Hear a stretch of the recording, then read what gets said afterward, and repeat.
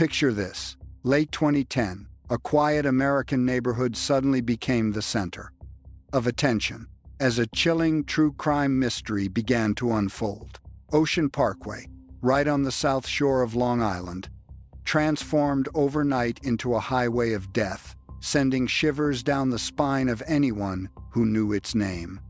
A seemingly simple missing person case acted like the first domino to fall. It set off a chain reaction of a dozen other bizarre murders. Dismembered, gruesome remains just kept turning up.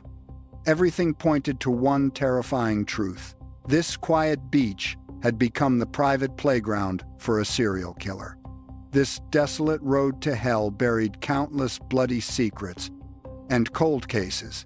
To hunt down the actual murderer, law enforcement poured in a massive amount of effort and money. More than 10 years passed, and this unsolved case just kept hitting dead ends time after time. That is, until modern forensic technology finally stepped in. Only then did things slowly begin to show a glimmer of hope. So, what really happened out there? Let us rewind the clock to 2010 to uncover the haunting truth behind the Long Island serial murders. Ocean Parkway sits right along the south shore of Long Island, New York, stretching for roughly 15 miles.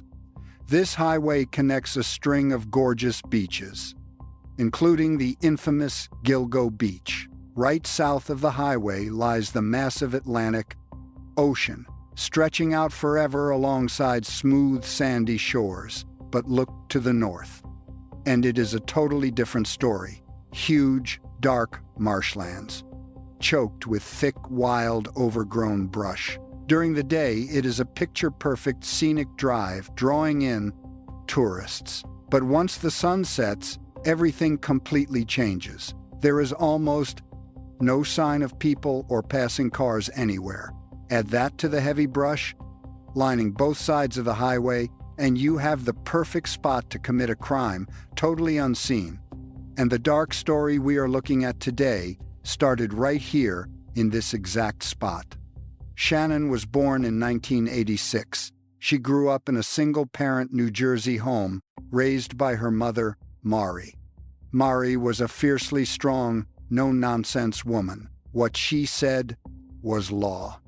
That made the relationship between mother and daughter pretty tense, right when she hit her early 20s. Shannon moved to New York, desperate to finally make her own money. Not wanting to be a burden, she started picking up gigs as a freelance model. Eventually, she turned to escort work, finding clients online. Around 2 in the morning on May 1st, 2010, 23-year-old Shannon rode with her driver to the Oak Beach gated community near Ocean Parkway to meet a client. To her, this was just another routine booking, exactly like the rest. But around 4:40 in the morning, things spiraled totally out of control. Shannon frantically dialed 911. Her voice was pure panic. "Somebody's after me! They're trying to kill me! I'm so scared!" The 911 dispatcher desperately tried to understand the situation and pin down her location. But Shannon was in full-blown hysterics. Her words were a jumbled mess. She literally could not explain where she was. She bolted right out of the house, phone still in hand, sprinting like crazy through the dark neighborhood. She was running hard, frantically pounding on doors begging for help. An off-duty firefighter heard her screams. He immediately called the cops for her, trying to calm her down, saying, "The police are on their way, don't be scared." But the second she heard that, Shannon suddenly turned and bolted again. By the time cops finally showed up around 5:40 that morning, Shannon had completely vanished into the dead of night. After taking some quick statements from a few witnesses, the police initially brushed it off. They figured the young woman might just be having a mental episode and simply wandered off. To them, it was not a big deal. And once they found out what Shannon did for a living, they cared even less. They did a half-hearted sweep and just called it a day. From that moment on, Shannon was gone without a trace. Her family frantically filed a missing person report back in New Jersey. But since she vanished across state lines in New York, frustrating jurisdictional red tape quickly kicked in. Sharing case information and coordinating resources dragged on painfully slow. The investigation went completely cold. Out of absolute desperation, Mary, Shanann's mom, decided to hunt for her daughter herself. She plastered missing person flyers everywhere, begged the media for help, and chased down every possible lead. Then, that May, Mary got a sudden phone call from an Oak Beach local named Peter. Claiming to be a doctor, he told her he actually treated Shannon on May 1st. Mary was thrilled, convinced she finally had a real lead about her missing daughter. But when she called Peter back to verify his story, he totally backpedaled. He denied the whole thing, swearing he never even met Shannon. His shady, changing stories finally grabbed police attention. But after digging into his background, they figured out he was just the neighborhood gossip. The guy loved spinning tall tales and chronically exaggerated the truth. Detectives ultimately decided that Peter was just starved for attention. Plus, zero hard evidence tied him to the unsolved case. Time dragged by, eventually cracking under the intense pressure. From Shannon's family and the heavy media spotlight, investigators finally began taking this missing person case seriously. They launched a full search and brought in the driver and the client from that night for questioning. Both guys swore up and down they never laid a hand on her, and their lie detector tests didn't reveal a single red flag. Nobody had a clue what spooked Shannon so badly on that fateful night. The cold case hit another huge dead end. Right then, absolutely nobody could have guessed that this one bizarre disappearance would become the exact key to unlocking a literal Pandora's box, exposing one gruesome murder after another following her disappearance. The department sent in John, a seasoned patrol officer with 31 years on the force. He and his canine partner methodically swept through Oak Beach, right off the Ocean Parkway strip. The landscape out there is a total nightmare. Nothing but dense thickets, swampy marsh, and sharp brambles. Simply walking through it was agonizing, never mind trying to hunt for a missing girl. John and his search crew tore through the area for months, but turned up totally empty. The terrain was so brutal, his canine dog actually got sick. Then, on December 11th, 2010, he changed tactics, walking right along the Parkway shoulder instead. That stretch was unbelievably rough and overgrown, making it the perfect hiding spot for a killer. Sure enough, he stumbled onto a horrific discovery. His dog started frantically sniffing and barking at some roadside bushes. When John shoved the heavy tangled branches out of the way, a bound human corpse was lying right there. The victim was shoved into a burlap sack, hands and feet bound tight. John's heart instantly dropped, convinced he had just found Shannon, the girl missing all this time. But based on how badly the remains were decomposed, the timeline was way off. That chilling realization meant there were way darker secrets buried in that dirt. He called it in immediately. Within minutes, a massive swarm of cops and tracking dogs flooded the grim crime scene, ripping the entire area apart for fresh clues. What happened next turned this entire homicide investigation upside down in just a 500-foot radius. Detectives dug up 3 more bodies, all of them bound and casually dumped into the thick brush, sharing the exact same serial killer M.O., since this nightmare graveyard sat right near Gilgo Beach. Reporters quickly named the victims the Gilgo Four. The forensics team confirmed all 4 victims were young women. Every single one had been working as an amateur model or in sex work. They all posted escort ads online. Their sudden disappearances were all clustered between 2007 and 2010. One victim was Maureen, a Connecticut girl who disappeared at only 25 years old. She was tiny, standing just 4'11" and weighing around 100 pounds. She actually started out working in telemarketing, but after getting through school, she picked up escort gigs to pay the bills. On July 9, 2007, she mentioned to friends that she was heading out to meet a client by a hotel, and right after that, she vanished into thin air. Soon after, that very same friend got a chilling, anonymous phone call. The caller claimed they met Maureen. Her family went straight to the police, but once cops heard what she did for a living, the investigation stalled out entirely. The missing person case just faded away. Number 2, Melissa, from New York, missing at 24. She was 4'10" and weighed 95 pounds. On May 12, 2009, she went to meet a client.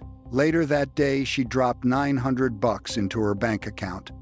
Then, she just vanished.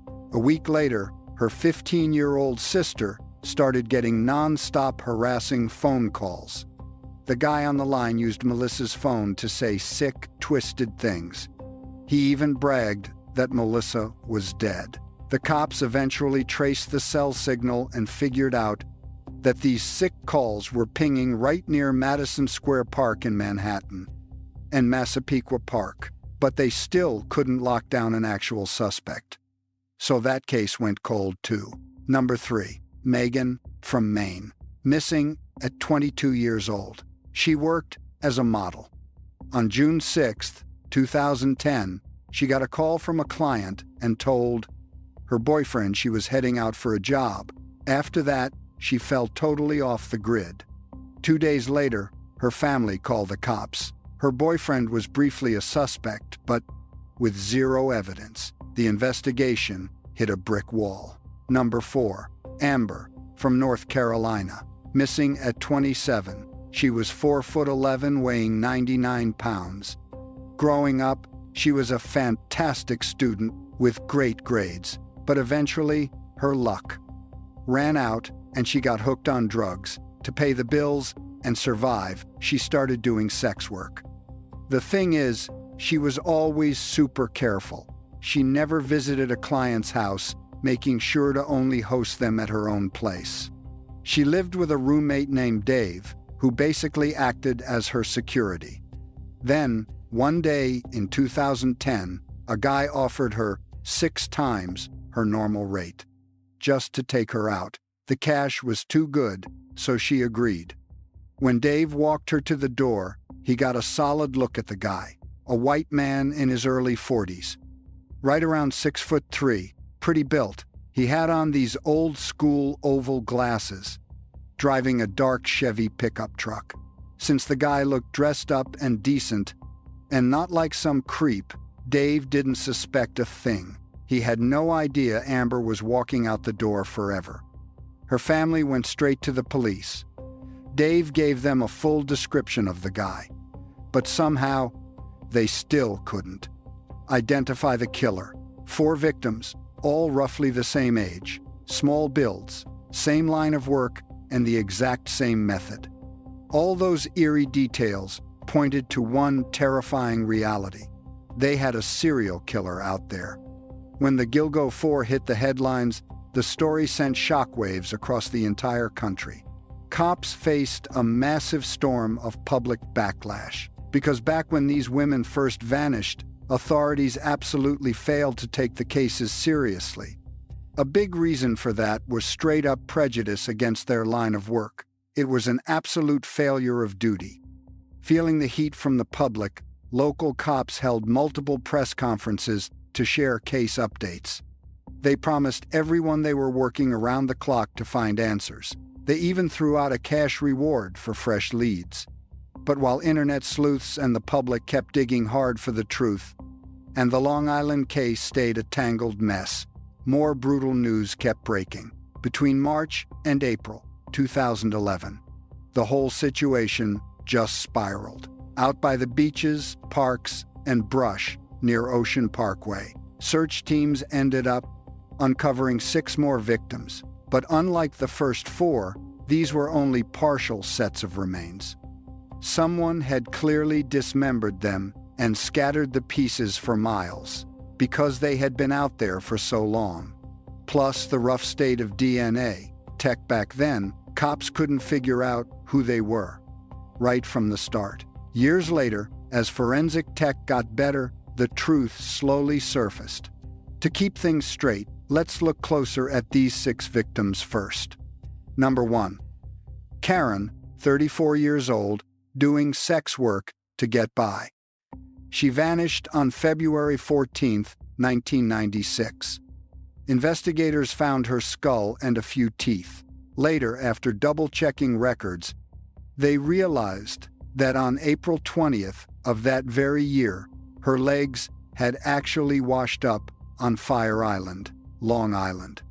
But back then, forensic science was pretty limited, so the case just sat in a drawer.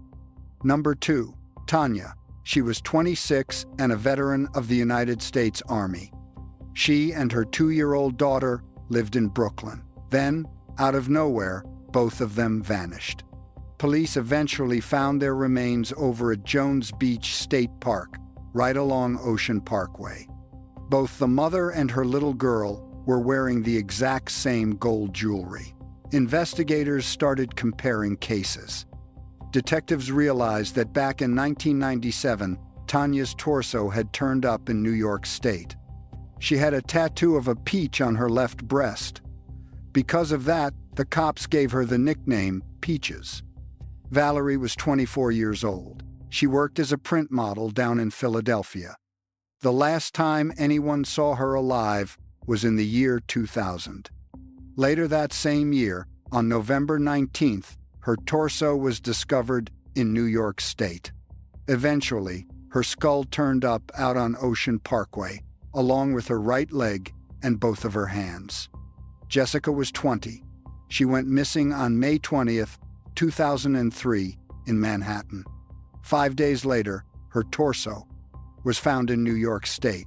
There were no visible wounds on her body at all, but her tattoos had been completely mutilated. That same year, the cops managed to identify her using fingerprints, and they immediately launched a full investigation. During the search, a witness reported seeing a Chevrolet pickup truck cruising right near the area where the body was dumped. Sadly, that was the only real lead they had. Now, police had just uncovered her skull, both of her hands, and both of her forearms near Ocean Parkway. Number 5 was the only male victim. He was the single male victim out of all the bodies that investigators had found so far.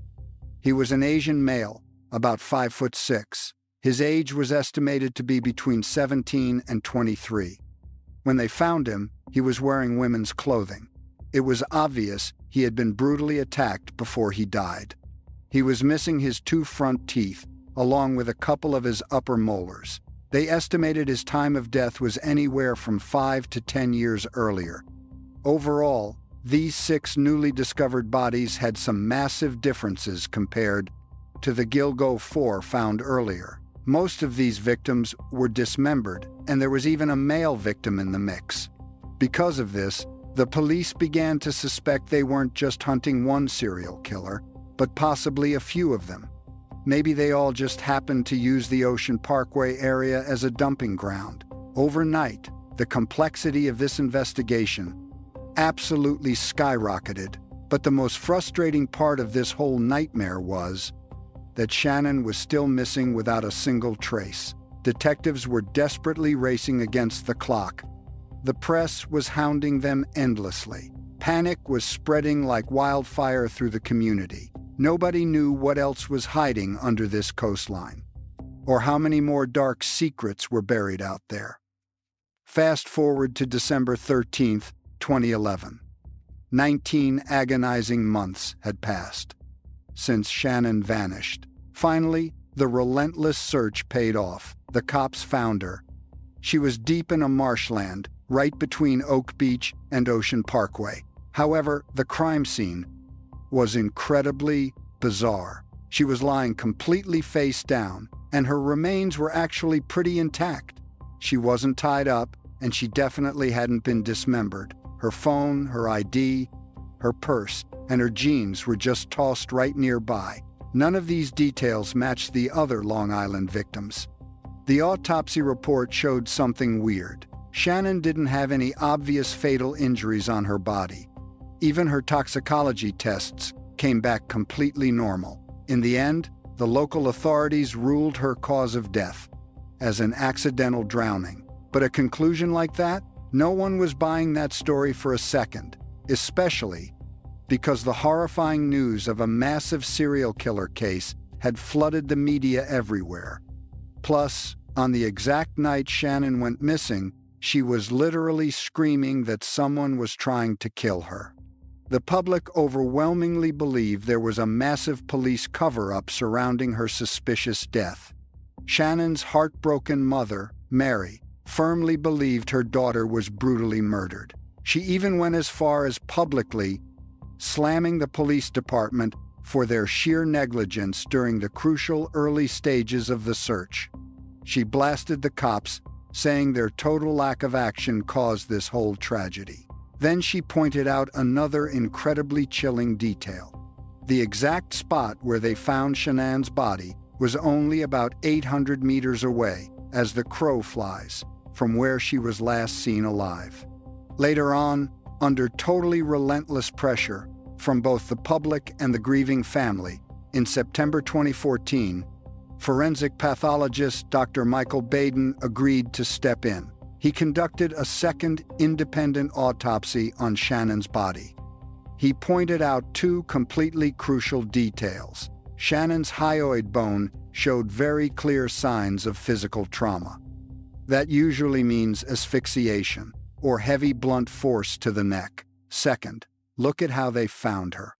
Face down. When people drown, they usually turn up, on their backs or sides. Finding someone face down is incredibly rare. The second this autopsy report dropped, it triggered an absolute hurricane of public anger all over again. But even with the massive backlash, the cops refused to back down. They stuck right to their original call of accidental drowning. For Mary, that ruling felt like a second crushing blow. Ever since her daughter went missing, she had been fighting non-stop for years, filing police complaints left and right, but she still could not get a single real answer, nothing to bring her peace.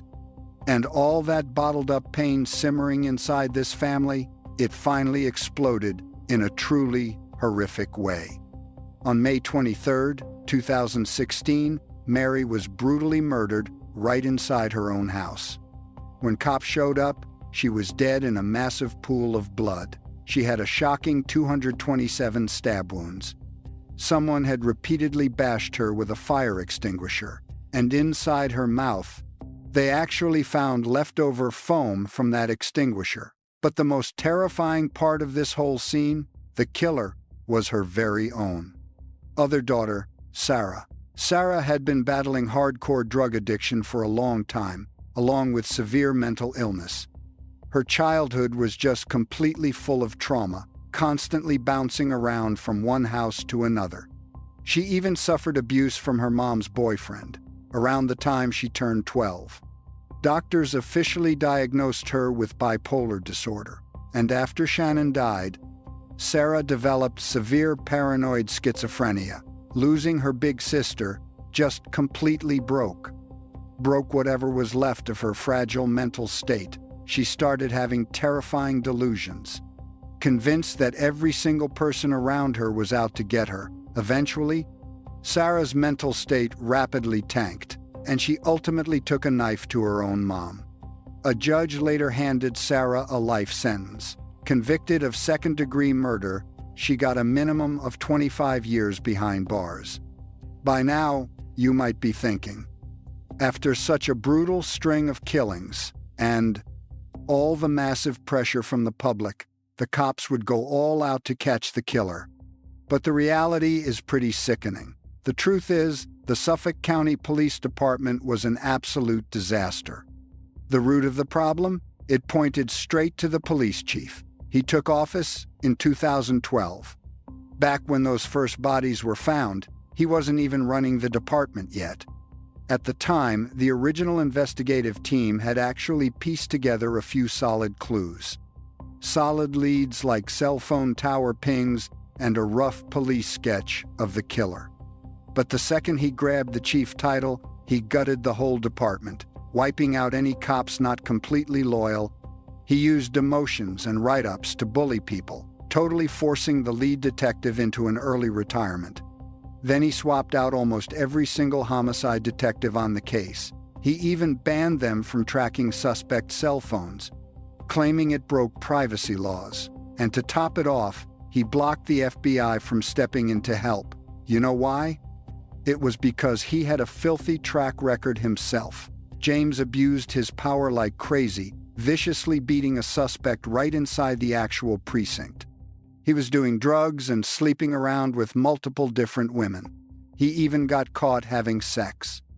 Right inside his squad car, on duty. And it gets worse. He basically turned his police station office into a private bar, running that bar all night.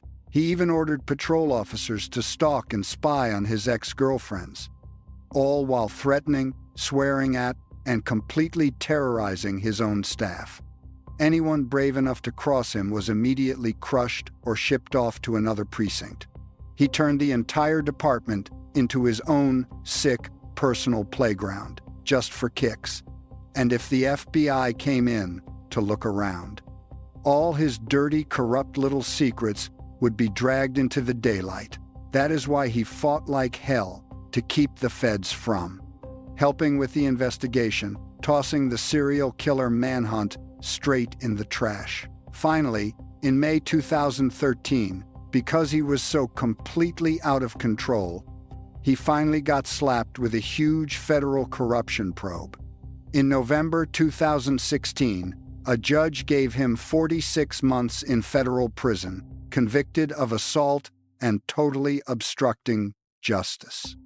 With a chief of police that insanely corrupt, it is absolutely no surprise the Long Island serial killer cold case stalled out for years. Thank God, the minute he was finally taken down, the murder investigation actually started moving the right way again. December 10, 2015, Police Commissioner Timothy Sini made it official. Local police were teaming up with the FBI. A spark of hope finally returned to this unsolved mystery that had dragged on for 10 years after rebooting the investigation. The case finally gained real traction. By May 12, 2017, cops locked onto a suspect named Z. He was already convicted for murdering 2 escorts, Rita and Colleen. Detectives zeroed in on him not just for his criminal past, but because of one massive detail. He was a longtime local of Manorville. Out of the 10 victims in the Long Island serial killer case, 2 bodies turned up right in his neighborhood. And, incredibly, the daughter of one of his victims was actually best friends with Melissa, one of the Gilgo 4. The locations lined up perfectly. The victims shared social circles, and the profiles matched exactly. With all these overlapping details, suspicion around him absolutely skyrocketed. But as the detectives dug deeper, glaring issues popped up. They lacked a single piece of direct evidence linking him to those beach murders. His DNA didn't match anything collected at the crime scene, and he looked completely different from the initial sketch of the suspected killer. Ultimately, Z got crossed off the suspect list. The murder investigation hit another brick wall. Jump to 2022. Exactly 12 years had passed since that first body was found.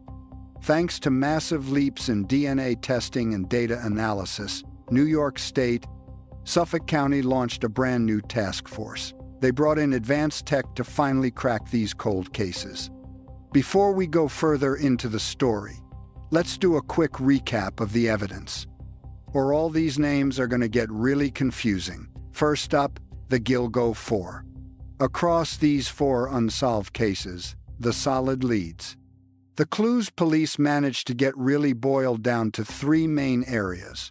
Number 1, hair evidence. Maureen's body was bound with 3 belts. On one of those belts, they found a single hair strand. Megan's body had more hair on it, but after years exposed out in the open, it was badly degraded. The lab tech back then couldn't pull any useful data from it. Number 2, the anonymous phone calls. Melissa and Megan both talked with several unknown callers right before they disappeared. Right after Melissa vanished, her little sister kept getting bombarded by these harassing phone calls. The creep didn't just use vile language. He flat out told her that Melissa was dead. Detectives tracked the cell phone pings and mapped the active areas. They heavily pointed toward Midtown Manhattan, Madison Square Garden, and Massapequa Park. Number 3, the suspect's look and vehicle details given by witnesses. Amber's roommate said the guy was a tall, bulky white male, roughly 40 years old, wearing glasses and driving a dark Chevy pickup truck. This clue was absolutely critical, especially that hair evidence. Now, we could finally use modern DNA tech to test it. From the 6 other bodies found later on, a few solid leads emerged. On Valerie's remains, and on Jessica's, they found hair too. They were just way more decomposed, but in Jessica's case, there was an actual witness who also mentioned a Chevy pickup. Looking at each clue alone, it felt like chaos. But when the task force started cross-referencing those cell phone pings, the vehicle features, physical traits, and neighborhoods, one specific spot kept popping up: Massapequa Park. Meanwhile, they updated the killer's profile: a white guy, tall, living right near Massapequa Park, super familiar with Long Island. Used to own a dark Chevy pickup and worked a steady job. Detectives sifted through thousands of potential suspects, constantly narrowing down the net. Soon, one name stood out: Rex. An architect working over in Manhattan, living in Massapequa Park, a guy with a solid career. Back when the killings happened, he drove a Chevy pickup, and physically, the guy was a dead ringer for the suspect. Standing 6'4" with glasses, he fit the eyewitness profile perfectly. Detectives immediately put him under the microscope. But those initial background checks completely threw everyone for a loop. Rex lived a brutally normal life. On paper, there was absolutely 0 red flags. Born May 13, 1963, he grew up on Long Island. As a kid, he kept strictly to himself. Bullies targeted him for years, but he rarely threw a punch. People just wrote him off as gentle and quiet. His dad worked as an aerospace engineer. Thanks to that influence, Rex was great with his hands early on. He once joked that he had an all-purpose tool, a carpenter's hammer, perfect for whenever he needed to persuade someone. He said it always came in handy. Growing up, Rex went straight to the New York Institute of Technology. He grabbed his bachelor's degree, and by 1994, he launched his own architecture firm. He mostly handled big construction jobs right in New York City, spent years totally buried in building projects. Neighbors usually spotted him scarfing down fast food behind the wheel. Everyone who knew him shared the exact same vibe. Hardworking and private, he dumped all his energy straight into his career. On the home front, he'd been married twice and was raising 2 kids. At the time, he lived with his second wife, Asa. The whole family stayed together under one roof. From the outside looking in, they were a picture-perfect household. Just a solid husband, a great dad, and a totally successful architect.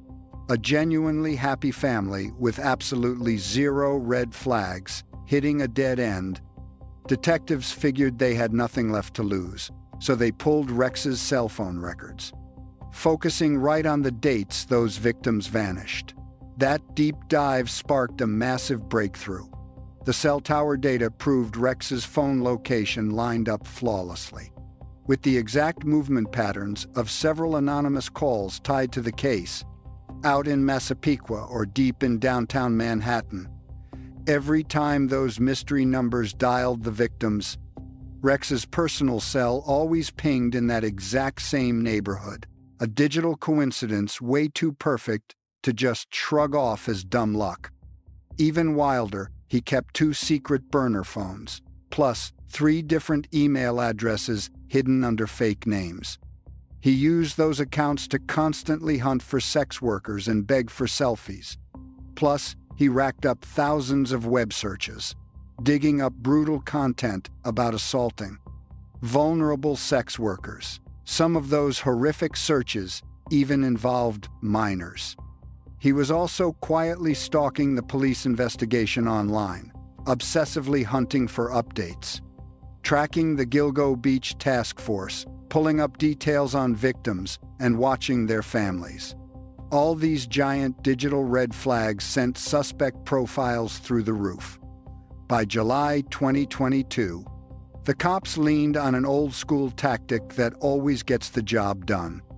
A classic true crime move, digging through the suspect's garbage. They swiped a tossed pizza box, along with some random trash bags outside his house.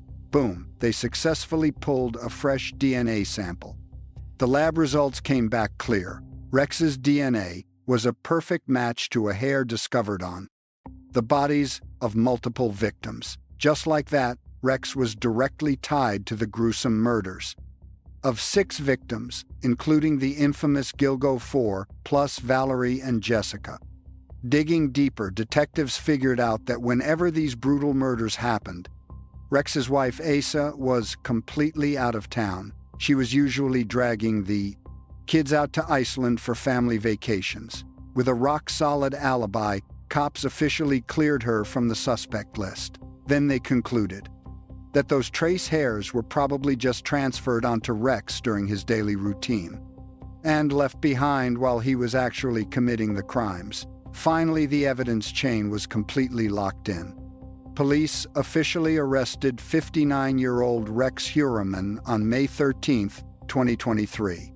From there, the task force kicked off a massive raid for evidence.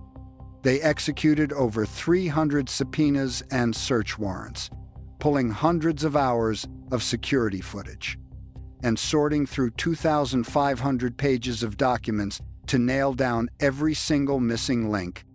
Inside his home, cops seized 15 video cameras, 27 computers, 46 phones, over 30 hard drives, and 279 guns. But what really made their blood run cold was one specific hard drive discovered, hidden down in the basement. On that drive sat a Word document named HK200204. Inside was a chilling step-by-step playbook he wrote himself. The file was split into 4 main sections: problems, supplies, location, and staging, covering the twisted psychological setup, and finally targets. It was basically a masterclass on how to dodge the police. It tracked serious risks like DNA, tire tracks, bloodstains, fingerprints, eyewitnesses, and more. The supplies tab listed every single item needed for a murder, packing things like shoe covers, heavy ropes, saws, tarps, and duct tape. The location and staging part mapped out different hiding spots, and some of them matched the exact dumping grounds where several victims were found. The target section profiled the specific women he hunted down. The horrific manifesto carved the whole operation into 3 separate phases: pre-preparation, active preparation, and post-event. Early prep meant checking his cars and locking in the target and location.